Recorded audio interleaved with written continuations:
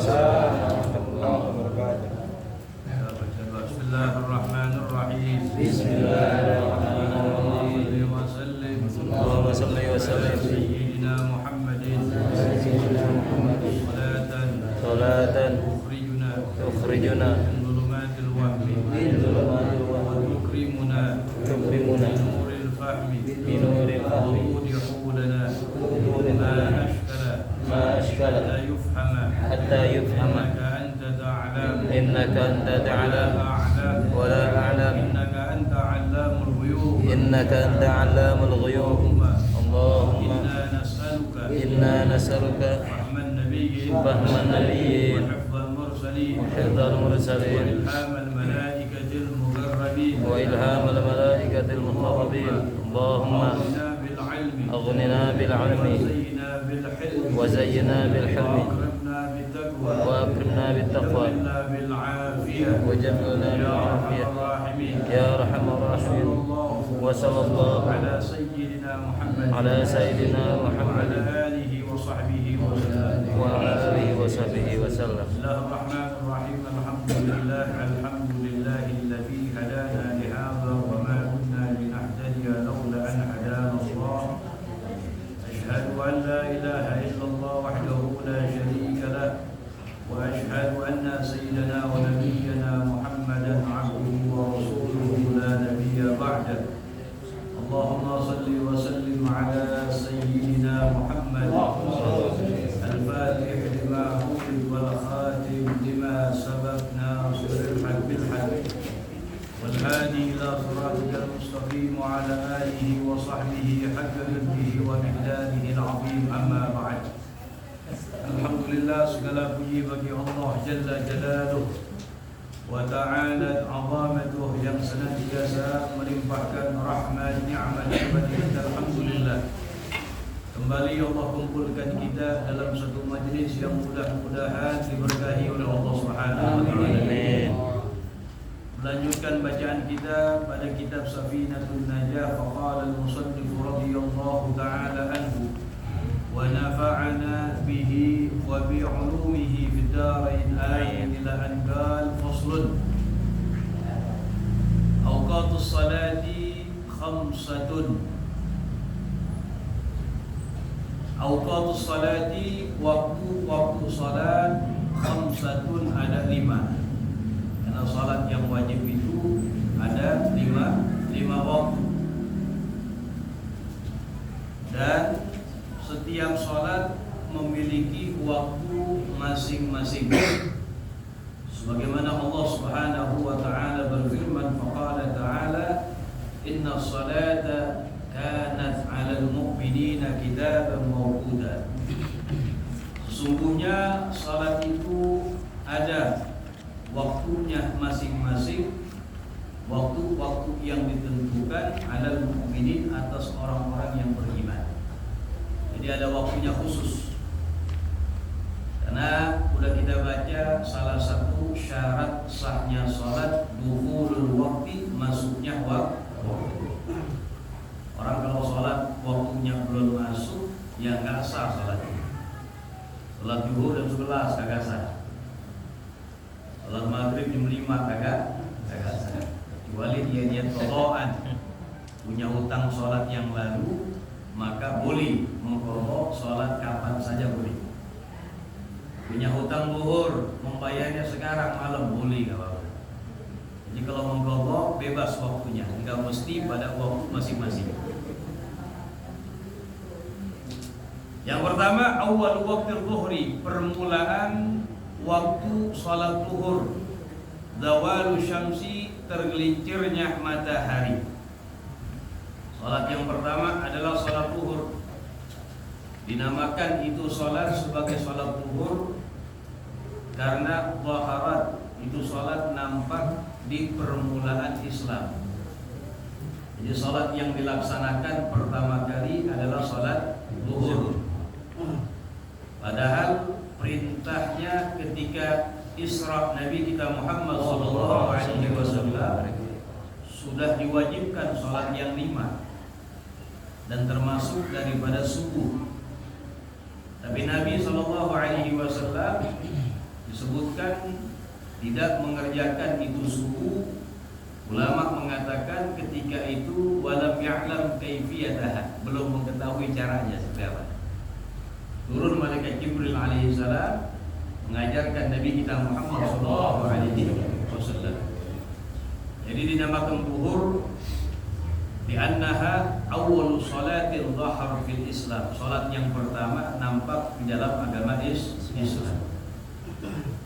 Wakila ada pendapat mengatakan dinamakan salat itu adalah salat zuhur karena salat itu tuf'alu fi waqtil dhahira, dikerjakan di waktu yang terang, itu setengah hari bolong terang tengah hari bolong, dinamakan salat zuhur li'annaha tuf'alu fi waqtil dhahira, karena itu salat dikerjakan di waktu yang terang, yang nampak, yaitu tengah hari bolong, siang-siang. Awwalu waqtil zuhri, permulaan waktu salat zuhur, zawalu syamsi, tergelincirnya matahari. Tergelincirnya matahari. Jadi sebelum zawal itu matahari percis ada di tengah-tengah. Namanya waktu istiwa. Matahari percis ada di kepala kita, di atasnya, percis tengah-tengah. Itu namanya waktu istiwa, waktu sesaat sebelum masuk zuhur. Tergelincir matahari ke arah barat, udah mulai jalan dikit, tergelincir ke arah barat, itu namanya zawal. Itu namanya zawal. Jadi kalau masih percis ada di atas tengah-tengah, itu namanya istiwa. Yang mana waktu istiwa itu sesuatu yang ada di bawah matahari tidak memiliki bayangan. Tidak memiliki bayangan. Cuma ada bayangan kecil aja. Namanya dhillul istiwa, bayangan istiwa. Bisa antum praktekin besok. Sesaat sebelum masuk waktu zuhur, diri di bawah terik matahari, yang lama-lama panasan itu. Ya, itu di bawahnya itu, di bawah kita nggak ada bayangan tuh, kagak ada bayangan cuma kecil doang, berapa senti doang. Itu namanya dhillul istiwa, bayangan istiwa. Matahari berjalan ke arah barat, itu namanya zawal. Tergelincir matahari menunjukkan masuknya waktu sholat zuhur. Jadi gampang tuh caranya tuh. Ya, kalau sholat zuhur gampang caranya, zuhur asar gampang caranya. Jadi matahari tergelincir ke arah barat, masuk waktu sholat zuhur. Sampai kapan itu waktu zuhur? Wa akhiruhu, dan akhir waktu zuhur masiru dhilli syai' mislahu ghaira dhillil istiwa, menjadinya bayangan sesuatu sepertinya selain bayangan istiwa. Jadi waktu zuhur habis, kalau habis zuhur berarti masuk waktu sholat asar. Kapan habis waktu zuhur dan masuk sholat asar? Apabila bayangan sesuatu udah sepertinya. Ada benda misalnya, tingginya benda 1 meter misalnya, tingginya 1 meter, maka bayangannya 1 meter lebih dikit berapa senti, itu menunjukkan selesai waktu zuhur dan masuk waktu sholat asar. Jelas ya? Jadi kalau misalnya ada benda tingginya, jangan tiang listrik tinggian ya, panjang bayangannya dia. Benda tingginya 1 meter, maka kalau bayangannya sudah 1 meter lebih dikit beberapa senti, maka itu namanya sudah keluar waktu sholat zuhur, menunjukkan masuk waktu sholat asar. Jadi gampang begini. Kenapa lebih sedikit dari itu? Yang sedikitnya itu bayangan istiwa nggak dihitung. Bayangan istiwa nggak dihitung. Jadi hanya beberapa senti aja gitu. Hanya beberapa senti. Kemudian wa awwalu waqtil asri. Wa awwalu waqtil asri, permulaan waktu salat asar. Idza sara dhillu kulli syai'in mislahu, apabila telah menjadi bayangan segala sesuatu sepertinya. Jadi udah kita katakan apa? Keluarnya waktu zuhur menunjukkan masuknya waktu salat asar. Dan sebelumnya salat asar ini adalah as-salatul wusta, salat pertengahan. Salat min nahiyati dzatus salah, dari segi zatnya salat yang paling afdal. Dari segi zatnya salat yang paling afdal. Tapi min nahiyatil jamaah, dari segi berjamaahnya salat subuh yang paling afdal jamaahnya. Karena lebih berat di situ. Tapi dari segi dzatus salat, dari zatnya salat asar salat yang paling afdal. Sebagaimana disebutkan dalam Al-Quran, Allah Subhanahu wa ta'ala berfirman, faqala ta'ala hafizu 'alas salawati was salatil wusta. Hafizu, jagalah oleh kalian 'alas salawati, akan salat-salat yang 5. Salat yang 5 jelas tuh. Zuhur, asar, maghrib, isya dan zuhur. Was salatil wusta, dan salat pertengahan. Dan salat pertengahan. Kebanyakan ahli tafsir menafsirkan yang dimaksud dengan as-salatul wusta, salat pertengahan, itu adalah salatul asar. Adalah salat asar. Di sini ulama mengatakan dzikrul khas ba'da dzikril 'am. Penyebutan khusus setelah penyebutan umum. Penyebutan khusus setelah penyebutan umum. Asar tadi udah disebutin secara umum. Hafizu 'alas salawati. Jagalah oleh kalian akan salat yang 5. Yang 5 asar masuk kan? Asar masuk kan? Masuk. Disebutkan lagi secara khusus was salatil wusta, dan salat pertengahan. Ini dinamakan dzikrul khas ba'da dzikril 'am. Penyebutan secara khusus setelah penyebutan secara umum, menunjukkan yang khusus ini ada maziyah, kelebihan, ada keistimewaan di situ, sehingga kembali disebutkan secara khusus. Dan fadilah salat asar ini bahkan disebutkan dalam riwayat fadilah salatil asar diketahui bahkan oleh orang-orang musyrik. Disebutkan oleh Habib Abdullah bin Ali al-Haddad dalam kitabnya An-Nasaih Ad-Diniyah wal Wasaya Imaniyah, ketika beliau menyebutkan tentang fadilah salat asar. Dahulu ketika Rasulullah sallallahu alaihi wasallam ada bersama para sahabat dalam satu peperangan. Ada bersama para sahabat. Kemudian Nabi sallallahu alaihi wasallam mengerjakan salat zuhur bersama para sahabat bil kaifiyatil ma'hudah, dengan cara yang sama biasa. Dengan cara yang biasa. Dari kejauhan mereka orang-orang musyrik mengatakan, satu sama lain saling berbicara. Ada yang bilang, "Lau agartu Muhammadan wa ashabahu wa hum fis salah la asabtuhu."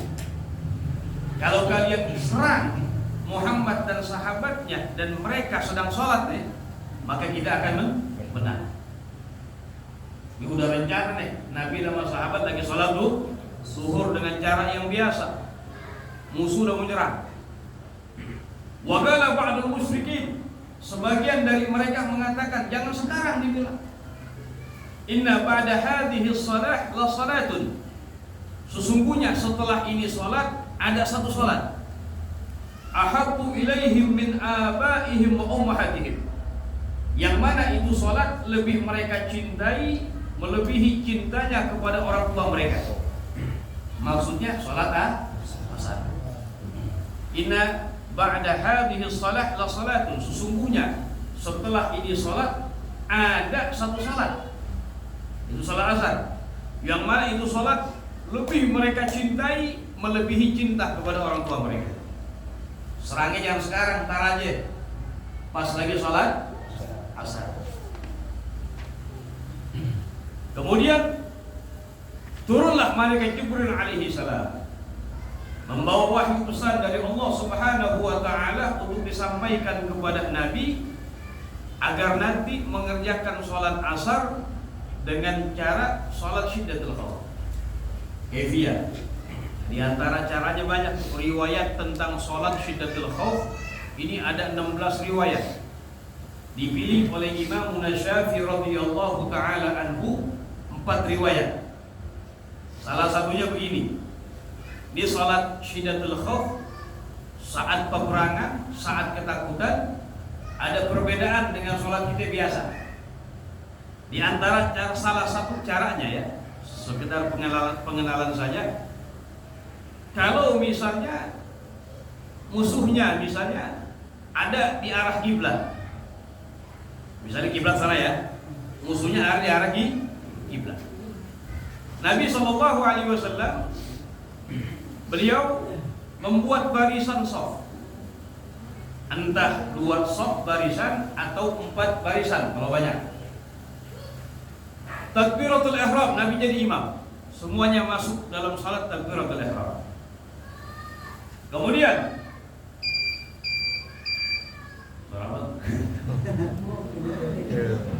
Jam. Ini mati lampu juga berapa nih?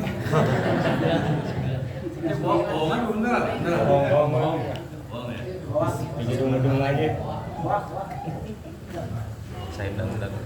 Ya. Udah siap lilin itu ya? Hidung-hidung lagi. Bahaya ntar anak kecil milik bakar, bahaya ya.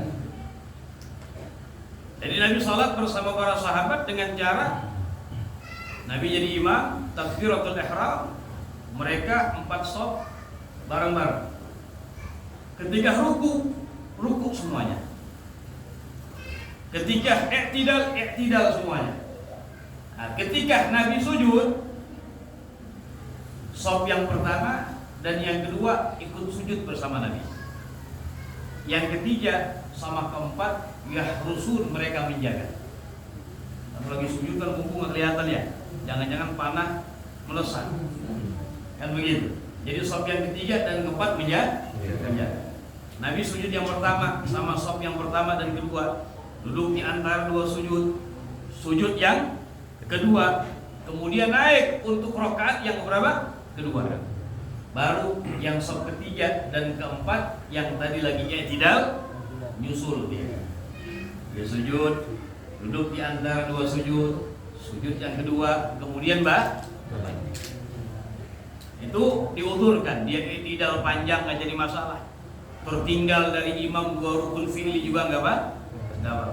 Kalau sholat biasa ini tertinggal dari imam 2 rukun fi'li batal sholat ini. Ya.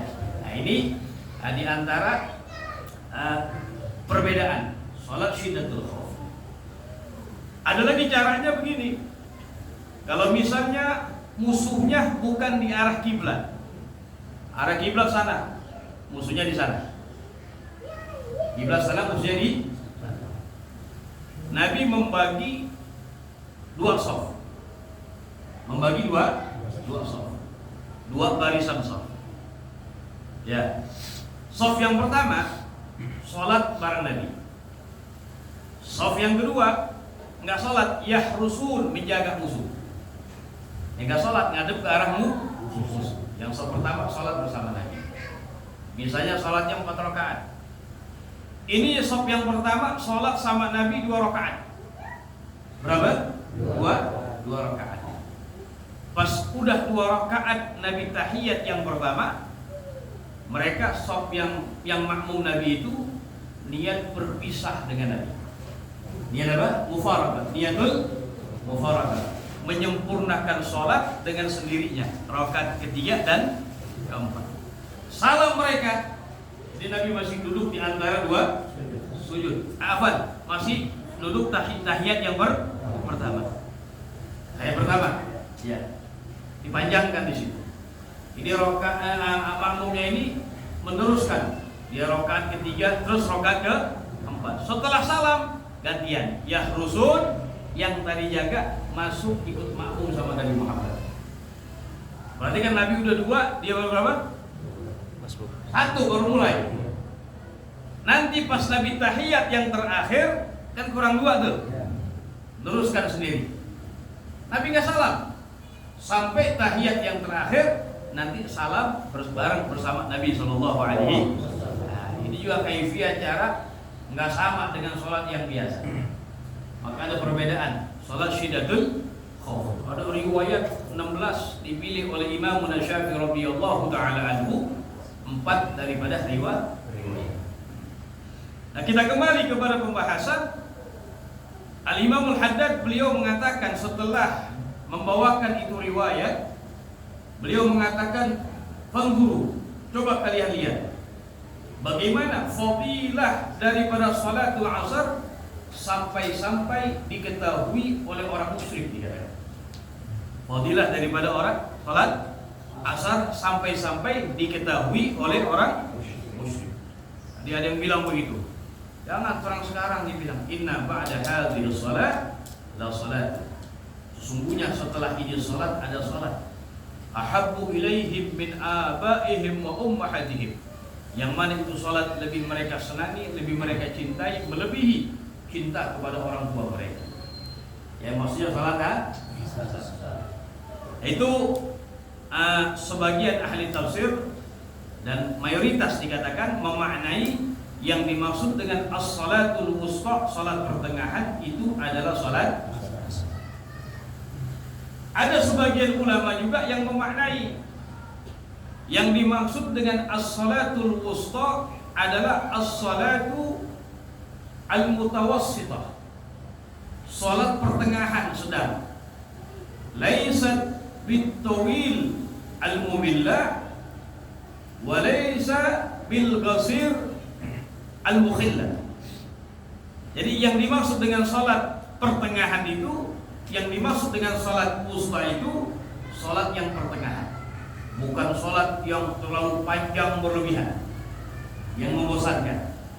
Ya kalau imamnya kepanjangan, makmumnya puyeng, betul. Ya kalau jadi imam yang panjang-panjang bacanya, itu salat maghrib baca sabihis, jangan salah. Salat maghrib baca qul huwa aja udah. Baca kuliah yang pendek-pendek aja, ya, yang panjang-panjang dari ad-duha ke bawah cari itu, ya. Ini salah, salat maghrib alif lam mim, ya. Buka puasa lagi. Iya, itu maghrib pendek waktunya pendek. Jadi kalau jadi imam jangan panjang-panjang bacanya, kesian makmumnya. Ya, kita kan, apalagi orang kita, betul. Mulai model imam agak panjang dikit gerutu betul. Lalu salat tarawih udah gak mau dah. Jadi jangan panjang-panjang. Nabi bilang apa? Idza amma ahadukum falykhafif. Kata Rasulullah, kalau menjadi imam seorang di antara kalian, maka meringankan gitu tadi. Karena di belakangnya ada orang tua, ada anak kecil, ada orang yang punya hajat, ya. Lagi ngopi lagi tungguin deh ya. Imamnya lama, bahaya urusan. Batal mereka ntar. Jadi kalau jadi imam jangan dipanjangin, fal yukhaffif, hendaknya meringankan. Enggak baca. Yang jangan senang jadi masalah. Kecuali yang warid dari Nabi Shallallahu Alaihi Wasallam. Kalau bacaan yang warid dari Nabi itu muqaddam, didahulukan. Kayak salatul Jum'ah misalnya. Warid dari Nabi apa? Baca surah Jum'ah atau Al-Munafiqun atau Al-A'la, As-Sabbihin, Al-A'la wal Ghashiyah. Ya, Sabbihisma rabbikal a'la atau Al-Ghashiyah, Al-Hadaka haditsul. Jangan diganti yang lain. Jadi sholat Jumat baca wadduha. Ya, itu warid dari Nabi, pilih itu tadi itu. Ya, kalau kita sholat mungkin kurang hafal atau kepanjangan, kalau surah Al-Jum'ah misalnya, ya baca yang yang sabbihis dan al-ghasyiyah. Kita ke hadisul normal ke situ. Ya, jangan diganti yang lainnya, bahkan bisa menjadi makruh. Disebutkan dalam kitab Bushrul Karim. Karena pelanggar daripada yang warid dari Nabi sallallahu alaihi wasallam. Nah, awal waktu asri, kita kembali. Permulaan waktu salat asar itu idza shara, apabila telah menjadi dhillu kulli syai'in, bayangan segala sesuatu, mislahu, sepertinya, wa zada qalilan, dan ditambah sedikit. Ini zada qalilan ditambah sedikit namanya dhillul istiwa, bayangan istiwa. Jadi masuknya waktu salat asar apabila telah menjadi bayangan sesuatu, ya, tingginya sepertinya. Ada benda semeter, bayangannya semeter. Wazada qalilan, dan ditambah sedikit. Nah, sedikit namanya bayangan istiwa. Semeter lebih dikit. Keluar waktu zuhur atau masuk waktu salat. Wa akhiruhu, akhir daripada salat asar, inda ghurubi syamsi, ketika tenggelam matahari. Ini kita bisa menyaksikan tenggelam matahari kalau kita berada di pinggir pantai yang menyaksikan tenggelam matahari, atau kita berada di tempat ketinggian. Kalau di sini kita nggak lihat ya. Alhamdulillah sih sekarang udah ada ilmu falak, ulama falak yang udah ngatur tuh. Tulis waktu sholat sampai setahun penuh ada tuh ya. Ini luar biasa. Ya. Kemudian wa awwal waqtil maghrib, permulaan waktu maghrib, ghurubus syamsi, tenggelamnya matahari. Jadi tenggelamnya matahari yaitu keluarnya waktu asar bersambung masuknya waktu salat maghrib. Wa akhiruhu, dan akhir daripada maghrib, ghurubus syafaqil ahmar, tenggelamnya mega merah. Tenggelamnya mega merah. Ini bukan partai, ini bukan ya. Salah paham ini ya. Tenggelamnya mega merah. Itu akhir daripada waktu salat maghrib atau masuknya waktu salat. Ini menurut pendapat mazhab Asy-Syafi'i dikatakan bahwasanya mazhabul qadim. Mazhabul qadim. Ya. Mazhabul qadim, pendapat yang terdahulu daripada Imam Syafi'i sebelum ijtihadnya berubah. Dia berpendapat bahwasanya waktu maghrib itu panjang kayak sekarang nih. Itu mazhabul qadim itu. Kalau mazhabul jadid, setelah beliau hijrah ke Mesir, ada perubahan ijtihad beliau, ya. Ini waktu maghrib qasir, sebentar. Waktu maghrib sebentar. Apa sebentar? Sekedar tenggelam matahari, orang bertoharoh, nutup aurat, dan sholat 5 rakaat. 3 maghrib, 2-nya ba'diyatul maghrib. Habis itu selesai udah. Bentar kan? Bentar. Mungkin 15 menit doang kali. Ya. Jadi tenggelam matahari, sekedar orang toharoh dan nutup aurat, kemudian sholat 5 rakaat. 3 maghrib, 2 ba'diyatul maghrib. Udah gitu selesai, habis waktu maghrib. Belum Isya masuk belum? Nanti Isya masuknya tenggelam mega. Ya waktu fatrah kosong. Kayak jarak antara subuh dan zuhur gitu, ada kosongnya, ada jedanya.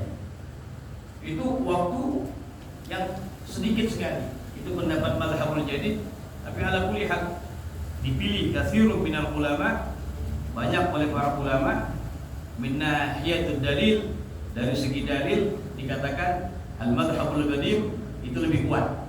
Nah, sehingga sampai sekarang nih waktu maghrib yang kayak sekarang, dari mulai tenggelam matahari sampai hilangnya mega merah. Kemudian wa awwal waqtil isya, permulaan waktu isya, ghurubus syafaqil ahmar, tenggelamnya mega merah. Nah, ini kita bisa bedain ya. Kalau mega ini sudah hilang atau masuknya waktu isya, itu langit sudah agak gelap. Ada perbedaan maghrib dengan isya. Kalau sudah masuk isya udah agak gelap. Ini bagi orang yang ta'ammal, yang memperhatikan. Kalau kita kan perhatiin ya masa bodoh aja. Udah diatur, alhamdulillah, udah nikmat. Ulama falak udah ngatur waktunya segala macam. Nikmat min Allah Subhanahu wa ta'ala. Ini kita baca sekedar pengetahuan aja. Ya, sekedar pengetahuan. Tanda-tandanya demikian. Jadi kalau mulai hilangnya, tenggelamnya megah merah, ya udah mulai agak gelap dikit. Ya, ini masuk waktu sholat isya atau keluarnya waktu maghrib. Dan isya ini waktu sholat yang paling panjang. Wa akhiruhu tulu'ul fajr shadiq. Akhir daripada waktu isya terbitnya fajar shadiq. Fajar shadiq. Ada fajar dua, ada fajr shadiq, ada al-fajrul kadhib. Ada fajar shadiq yang betul, yang menunjukkan keluar isya masuk waktu salat subuh. Ada yang namanya al-fajrul kadhib, fajar dusta. Itu kelakuan dari iblis. Iblis ngakal-ngakalin orang yang rajin biar salah. Oh, sangkanya udah subuh dia sholat, ternyata belum masuk waktu salat subuh. Ada perbedaan antara fajar shadiq dengan fajar kadhib. Apa perbedaannya?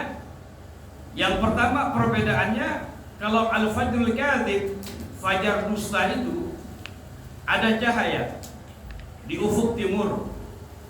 Cahaya di ufuk timur. Mustatilan. Cahayanya memanjang dia. Ya'qubuhu dhulma. Semakin lama kelamaan bukan makin terang, makin gelap. Itu di antara tanda daripada fajar kadhib. Kalau kita mah nggak paham ya, belum bangun kita ya, masih tidur. Orang-orang dulu kan patokannya gituan, ya, patokannya demikian. Jadi kalau fajr kadhib ada cahaya di ufuk timur, mustatilan memanjang, ya'qubuhu dhulma, yang semakin lama gelap. Ya, memanjang, lama-lama gelap. Kalau al-fajr shadiq kebalikannya. Cahaya ada di ufuk timur sama. Mu'taridan, bukan memanjang tapi melebar dia. Semakin lama semakin terang. Nah, itu perbedaan antara al-fajrul kadhib dengan al-fajrul shadiq. Fajar gelap, shadiq benar dan dusta. Kalau dusta itu kelakuan iblis, sengaja untuk menipu orang-orang yang rajin. Bangun malam dia sangka, wah udah subuh nih. Nah, kan patokannya alam, gak punya jam juga nih kanan tuh. Ternyata belum masuk subuh, sholatnya salah. Itu kelakuan daripada iblis. Memang sulit. Orang-orang dulu patokannya dengan alam. Apalagi kalau misalnya cuacanya mendung, itu sulit. Ada satu kejadian di Masjidil Haram di zaman Al-Imam Ibn Hajar Al-Haytami, Ahmad bin Hajar Al-Haytami, seorang ulama besar, seorang faqih, karangan kitabnya banyak, dan ulama yang pendapat-pendapatnya ini menjadi unggulan dalam mazhab Syafi'i, Al-Imam Ahmad bin Hajar. Ketika beliau berada di Masjidil Haram bersama para jamaah nunggu masuk waktu sholat subuh, ya, mereka pakai patokan, dan ketika itu lagi mendung, gelap. Kan sulit ya, lagi keadaan gelap, mendung, mughayyamah dikatakannya, mendung. Saling bertanya, ini udah masuk tapi belum? Ya, tunggu segala macam, udah masuk subuh atau belum? Akhirnya tiba-tiba Ibn Hajar mengatakan, ayo azan, udah masuk subuh, dibilang. Udah masuk subuh. Orang bilang, inti tahu dari mana udah masuk subuh, dibilang. Orang sekarang ini mendung, yang memperhatikan tentang cuaca bingung, udah masuk subuh atau belum. Kata Imam Ibn Hajar, udah masuk subuh dah. Tahu dari mana? Barusan dibilang kala jengking gigit kaki Anda, dibilang. Barusan dibilang kala jengking gigit kaki, itu hubungannya apa ya? Kala jengking gigit kaki Anda, dibilang. Loh, pada bingung nih. Jamaah, hubungannya apa? Dibilang apa? Seorang ulama yang luar biasa, dia mengatakan ini nggak mungkin kala jengking gigit saya kalau subuh belum masuk, dibilang. Kenapa? Karena semalam saya baca wirid, dibilang. Yang mana khasiat wirid-wirid yang saya baca al-aurat ini diantaranya terhindar dari segala yang tidak diinginkan, dari segala yang nggak enak, dari gigitan binatang buas, gigitan binatang yang lainnya, termasuk kala. Kalau masih malam belum subuh nggak mungkin digigit, dibilang. Nah, wirid siang kan ada naharan, adalah lailan. Kalau lailan itu dari maghrib sampai subuh. Kalau naharan dari subuh sampai maghrib. Wirid siang saya belum baca, dibilang. Belum, Pak? Belum baca. Keyakinan seorang ulama luar biasa. Memang diantara khasiat daripada zikir apa? Ini membentengi. Al-Imam sahabat Ka'ab bin Ubay bin Ka'ab, beliau mengatakan al-husun salatun. Benteng itu ada 3, dibilang, yang bisa membentengi diri kita. Semuanya kehendak Allah Subhanahu, tapi ada sebabnya. Yang pertama dikatakan al-masjidu hisnun. Masjid itu benteng. Kalau kita musholah itu tempat sholat. Kenapa dikatakan masjid itu benteng? Ya benteng menjaga diri kita bisa dari hal-hal yang berbau maksiat. Orang kalau ada dalam masjid, dalam musholah, ngapain sih bang? Ya paling dia sholat, hadir majelis taklim, rebahan di sini, betul ya? Betul. Masjid yang i'tikaf dapat pahala. Masa iya di sini main gaplek beramai? Mungkin. Terjaga dari hal-hal yang berbau maksiat secara mayoritasnya begitu. Ente jangan pengecualian, jangan dibilang ada orang di masjid maling, itu pengecualian. Ya, mayoritasnya di dalam masjid, dalam mushola diisi dengan ibadah. Kan begitu. Al-masjidu hisnun. Wa tilawatul Qur'an hisnun. Membaca Al-Quran juga benteng. Dibaca Quran tuh, walaupun hanya berapa lembar setiap harinya istiqamah. Jangan nggak dibaca sama sekali. Ini harus kita paksakan diri kita.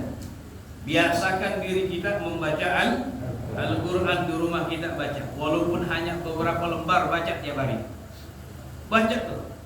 Itu mampunya 2 lembar baca. Ya, biar rumah kita ini bercahaya, terjaga. Karena dikatakan wa tilawatul Quran hisnun, membaca Al-Quran itu adalah benteng. Kemudian yang ketiga wa dzikrullah hisnun, dan zikir kepada Allah Subhanahu wa taala juga itu adalah benteng yang menjaga diri kita. Bahkan ada seorang ulama wali bin auliyaillah mengatakan qala li syaitani, syaitanku berkata kepadaku, bayangin dia, syaitan ngomong dia, dakhaltu fika wa ana mislul jazur. Syaitannya bilang, saya masuk ke dalam diri kamu, saya seperti ontak besarnya. Kiasan tentang besar. Wal'an, tapi sekarang saya mengecil, mislul usfur, seperti daripada burung pipit gitu. Masuknya gede, pas masuk gak lama langsung kiut, jadi kan kecil kayak burung pipit. Ditanya sama di ulama wali mah dibilang kenapa? Tudhibuni bidzikrillah, engkau mengecilkan aku dengan zikrullah Subhanahu wa ta'ala. Banyak tuh, minimal baca ratibul haddad, ratibul atas baca. Ya, di rumah kita biasakan kumpulin keluarga kita, biasain baca ratib. Orang-orang tua kita dulu begitu. Ya, jadi pada hafal semuanya. Enggak sempat di rumah, di motor kita baca segala macam. Jadi tiap hari jangan lupa membaca daripada ratibul haddad atau ratibul atas baca. Semuanya ini kumpulan-kumpulan dari hadis-hadis Nabi Muhammad SAW. Ratib, rangkuman kumpulan. Itu kalau kita baca syarahnya luar biasa.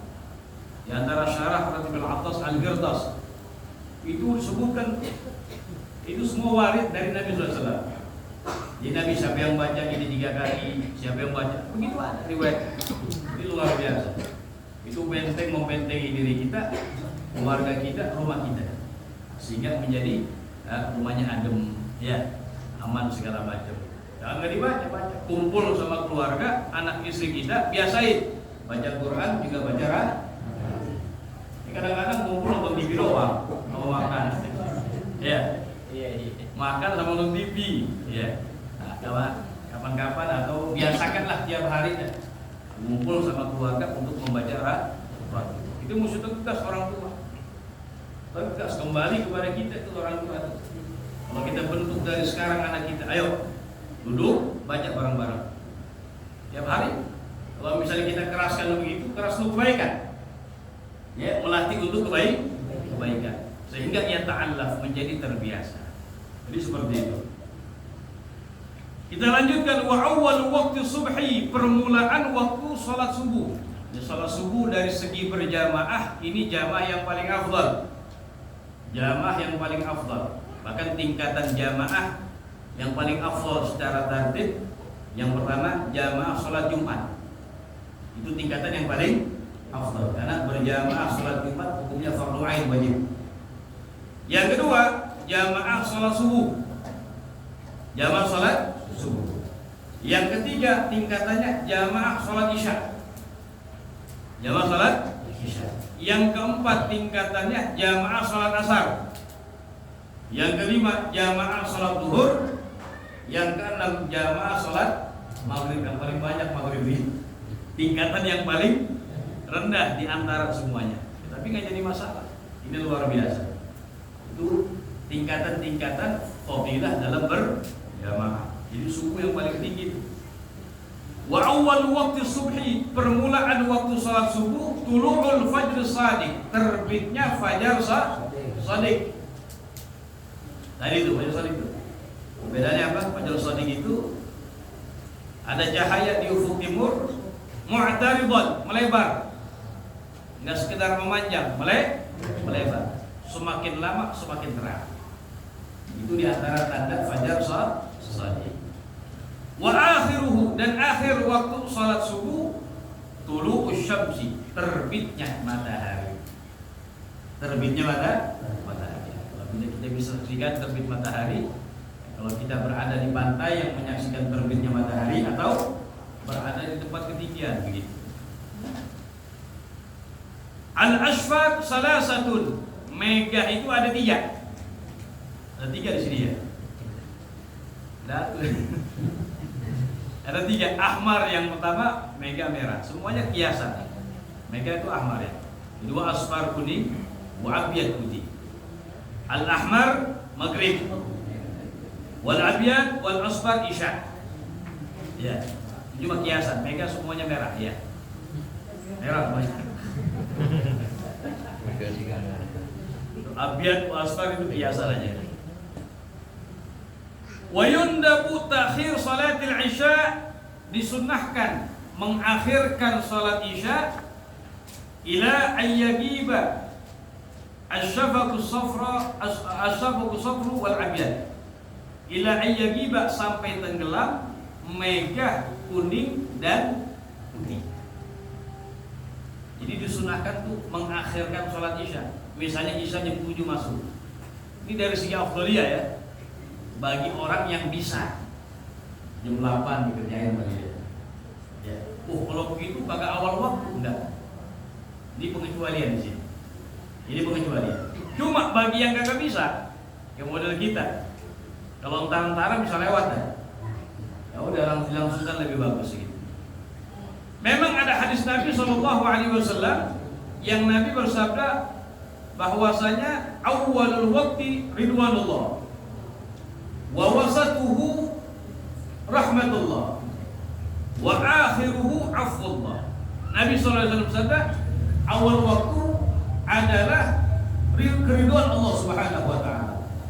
Pertengahan waktu rahmatnya Allah, dan akhir waktu pemaafan dari Allah Subhanahu wa taala. Awal waktu lebih utama. Cuma pengecualian isya di sini. Sunnah diakhirkan ini. Ya, di akhir sampai hilang mega kuning dan mega ya kurang lebih berlalu setengah jam atau hampir 45 menit seperti itu. Jadi kalau jam 7 hampir jam 8 baru sholat Isya. Itu yang paling afdal. Itu yang paling afdal kalau kita bisa berjamaah. Tapi kalau misalnya ada jamaahnya langsung, kalau kita mengakhirkan nanti jadi sendiri, nah, afdal berjamaah di awal waktu. Karena fadilah awal waktu juga ada di situ. Di antara fadilah awal waktu pernah Nabi kita Muhammad SAW suila ditanya tentang amal ibadah yang paling disenangi oleh Allah Subhanahu wa taala. An ahabbil a'mal ila Allah taala. Maka Nabi bersabda, as-salatu fi awwali waqtiha. Salat di awal waktu. Jadi kita Muhammad ketika ditanya, wahai Rasulullah, amal apa yang paling disenangi oleh Allah Subhanahu wa taala? Maka Rasulullah bersabda, as-salatu fi awwali waqtiha. Salat di awal waktu. Hadis yang lain, Nabi sallallahu alaihi wasallam bersabda tentang fadilah awal waktu, fadlu awwalil waqti ala akhirih ka fadlil akhirah ala dunya. Kata Muhammad, keutamaan awal waktu dibanding dengan akhir waktu seperti keutamaan negeri akhirat dibanding dunia. Belum ada bandingan yang akhirat sama dunia. Artinya jauh luar biasa. Maka penting fadilah besar orang yang sholat pada awal waktu dan secara berjamaah. Jangan biasakan sholat sendiri. Sholat secara berjamaah. Entah dengan istri kita berjamaah. Penting. Ya. Karena sholat berjamaah di antara fadilahnya dikatakan apa? Urus sholatnya diterima oleh Allah Subhanahu wa taala. Ya. Nah, ini 5 daripada waktu-waktu masuknya waktu sholat. Semuanya alhamdulillah. Sekarang yang Al-Fakir sampaikan bahwasanya waktu-waktu sholat ini alhamdulillah ulama falak kita udah ngatur setahun penuh. Ya. Masuknya waktu sholat udah ada di kalender segala macam. Ini buka Google udah bisa. Ya. Ilmu falak luar biasa. Ya, dipelajari ilmunya memang ada. Bukan ilmu matematik biasa, ada memang dipelajari. Jadi alhamdulillah yang kita baca sekedar pengetahuan saja bahwasanya syariat itu ada dalilnya. Ya, semuanya ini waktunya maghrib. Kadang-kadang kita bingung ya. Ini maghrib kadang-kadang jam 6, kadang-kadang setengah 6. Naik. Kadang-kadang jam 6 lewat. Ini luar biasa. Dengan hitungan luar biasa. Jadi bukan asal-asalan tuh ya. Ada ilmunya di situ. Wallahu a'lam. Ini belum mati lampu nih ya, udah lewat. Oh, ada pertanyaan, betul? Mana bawa kurang ini ya? Nabi. Nah, betul. Pertanyaannya mungkin agak berkaitan, cuma kemarin sih mau pertanyaannya. Yang pertama masalah salam ke masjid, ada yang assalamualaikum tapi masuk ke masjid. Gimana ya halnya yang enggak menjawab dan yang lagi sholat, karena kan menjawab salam itu wajib. Yang kedua pasal azan. Gimana kalau di satu kampung itu nggak ada yang azan satu waktu sama sekali, apa gitu sholat tadi masjid apa hukumnya sama? Mungkin yang ketiga ini dulu waktu sempat main ketemu di Surabaya sebelum subuh itu suka ada azan sebelum subuh, itu maksudnya mungkin bisa dibantu. Bagaimana hukum menjawab salam? Ada orang masuk dalam masjid mengucapkan salam, maka yang mendengar hukumnya wajib menjawab. Jangankan lagi biasa, lagi dengerin khutbah Jumat aja. Nah, ada orang macam-macam masuk ke salam, assalamualaikum. Yang dengar wajib. Bahkan salam apa? Kalau kita sendiri hukumnya jawabnya fardu ain. Kalau kita berjamaah hukumnya fardu kifayah. Kalau ada satu yang jawab, gugur dosa bagian dari jawab. Itu yang pertama. Yang kedua, tidak apa kedua? Tidak ada yang azan di satu kampung. Ya, di satu kampung ini kagak ada yang azan. Jadi hukum azan itu sunnah muakkadah bagi setiap perorangan satu tempat, dan bisa menjadi hukum sunnah kifayah. Sunnah kifayah. Kalau sudah ada yang adzan, cukup udah. Nah, cukup. Artinya apa? Yang kagak adzan gugur makruh. Diingat perbedaan antara fardu kifayah dengan sunnah kifayah. Kalau fardu kifayah begini, dalam satu tempat, misalnya hukum fardu kifayah itu diantaranya sholat berjamaah. Itu al-mu'tamad. Pendapat yang terkuat dalam mazhab Syafi'i, hukum sholat berjamaah adalah fardu kifayah. Artinya apa? Dalam setiap kampung mesti ada didirikan sholat berjamaah dan mengerjakannya syiar. Arti syiar apa? Di tempat yang siapapun bisa masuk ke dalamnya, bukan di rumah, bukan. Syiar di masjid, di musola, di langgar, di majelis ta'lim, itu syiar namanya. Ya, jadi setiap kampung mesti ada didirikan sholat minimal 2 orang. Itu satu kampung deh, satu kampung misalnya, satu Tamburan misalnya, kagak ada yang berjamaah. Misal orang laki-laki yang sudah balik, kagak ada yang berjamaah. Ini fardu kifayah lirijal al-balighin, bagi orang laki-laki yang sudah balik. Kagak ada yang berjamaah. Atau berjamaah tapi gak ke syiar, di rumah masing-masing semuanya. Azimu, maka sekampung dosa semuanya. Yang laki-laki yang balik dosa. Tapi kalau ada 2 orang yang ngerjain, gugur dosa bagi yang lain. Itu namanya apa? Fardu. Kalau sunnah kifayah bukan masalah dosa, kemakruhan. Kalau misalnya dalam diantara sunnah kifayah itu adzan. Dalam satu kampung mesti ada dikumandangkan adzan. Mesti ada dikumandangkan adzan. Kalau misalnya satu kampung kagak dikumandangkan adzan, maka semuanya ini makruh. Ini yang laki-laki, yang balik laki-laki semuanya mendapat kemakruhan, nggak dosa, cuma kemakruhan aja. Ini sunnah kifayah ini ada 7. Ada berapa? 7. Ada 7. Termaktub dalam 2 bait syair ya. Adzanun wa tashmitun wa fi'lun bimayyitin idza kana manduban walil akli basmalah. Wa udhiyatun min ahli baitin ta'ajjalu wa badus salami wal iqamatu fa'ila.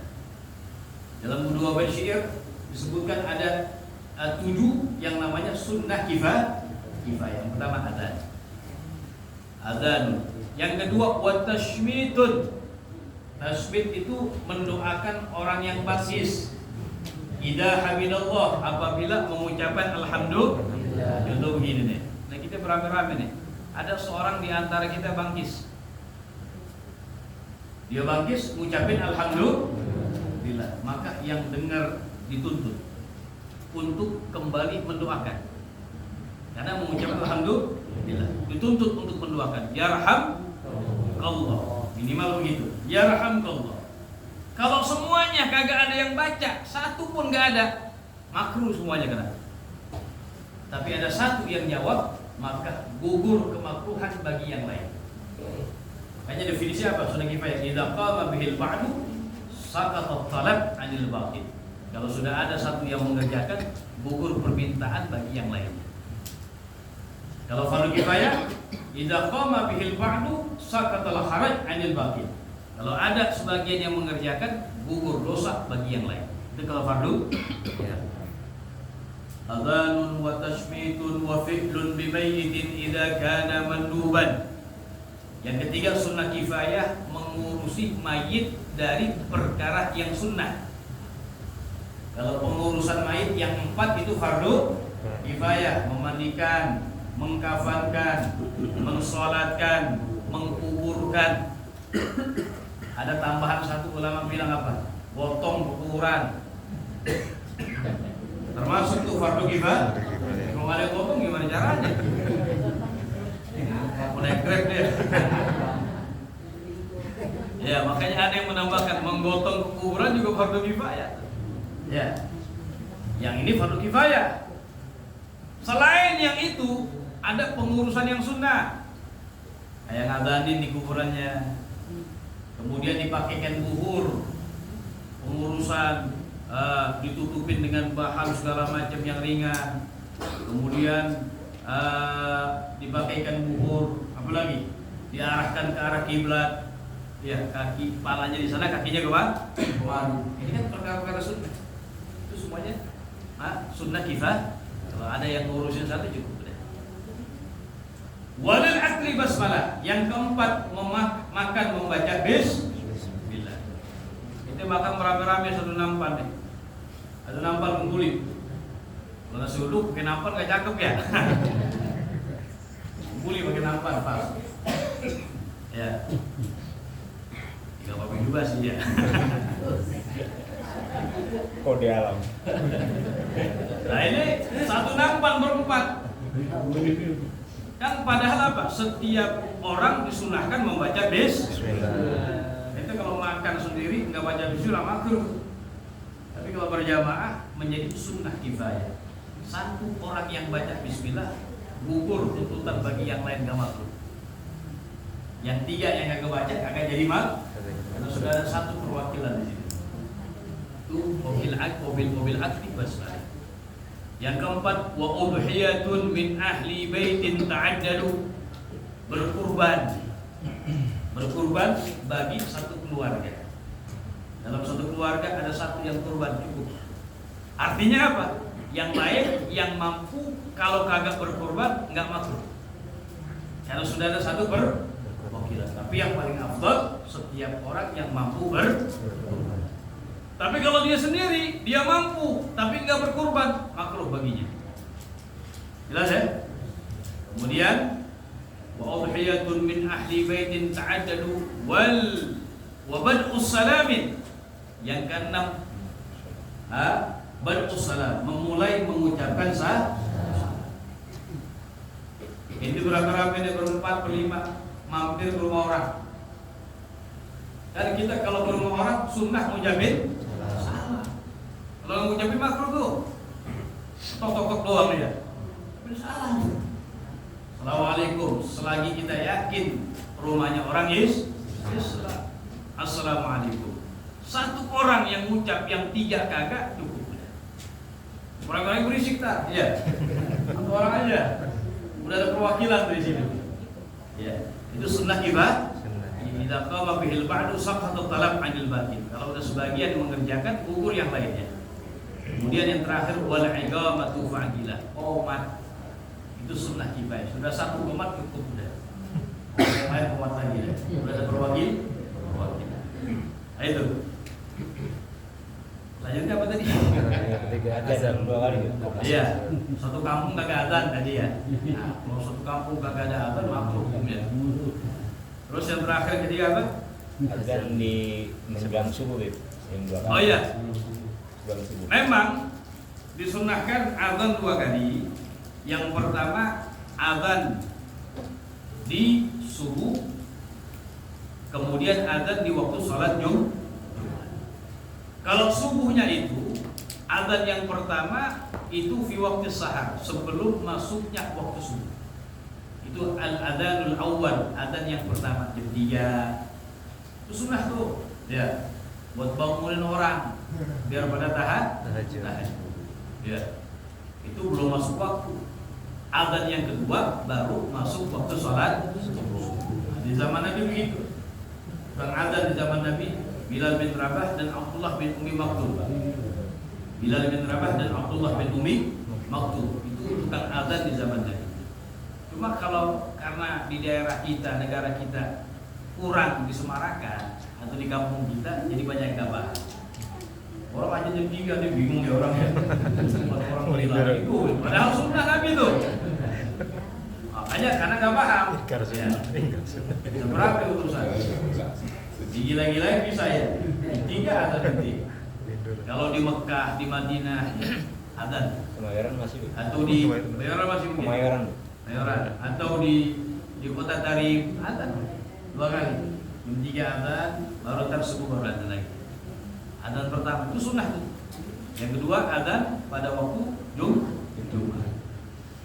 Ada lagi? Nah, Apa hukumnya bagi orang ketika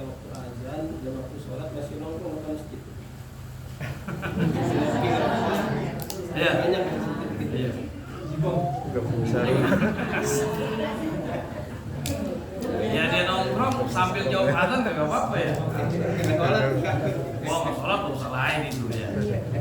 Yang afdalnya apa? Bergegas mempersiapkan diri di asbab sholat, untuk sebab-sebab sholat seperti taharah dan untuk aurat. Ya, nah, begitu. Kalau pertanyaannya mungkin kagak jawab azan makruh. Ya, azan kita kagak jawab hukumnya makruh. Waliyadzubillah, bahkan bisa suul khatimah itu, hati-hati. Ya, jadi kalau azan berhenti dulu tuh, berhenti dulu. Nanti lagi ngapain berhenti dulu. Ya, bahkan lagi taklim sekalipun, sebutkan lagi taklim sekalipun, ada azan berhenti dulu. Jawab. Yang sunnah kita jawab idza kana mubasyiran. Azannya azan yang langsung. Laisa, bukan yang azan dari musajil, dari rekaman bukan. Nah, makanya di TV ini gimana nih? Maghrib ada azan, lihat ini azan yang langsung atau rekaman. Kalau rekaman nggak sunnah kita apa? Kita jawab. Ya, tapi kalau yang mubasyir, yang langsung, nah ini baru sunnah kita. Bahkan tidak menjawabnya hukumnya adalah makruh. Wallahu a'lam. As-shawab sallallahu ala sayyidina Muhammadin nabiyil ummi wa ala alihi wa sahbihi wa sallam. Walhamdulillahi rabbil alamin. Ya rabbana a'tarafna bi annana karramna wa annana nasrna ala asrafna fatub alaina tawbatan taghsil kulla hawba wa